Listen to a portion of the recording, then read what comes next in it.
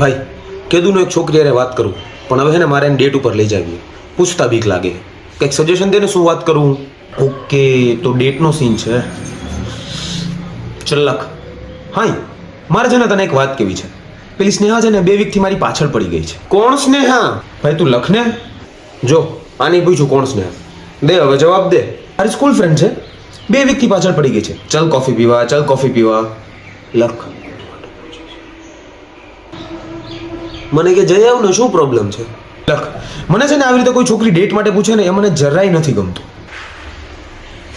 રાજીયા મને કે જો હું તને કોફી માટે પૂછું તો?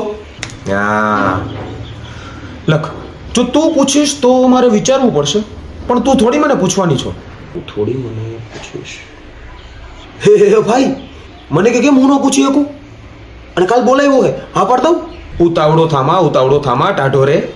લખ, કાલે હું થોડો બિઝી છું, આપણે સેટરડે મળીએ. પણ રાજા કાલ બધે ચોઘડી હારા જ છે, મને જવા દે ને કાલ. ભાઈ તું લખને શનિવારનું ડન. વાહ રાજીયા વાહ.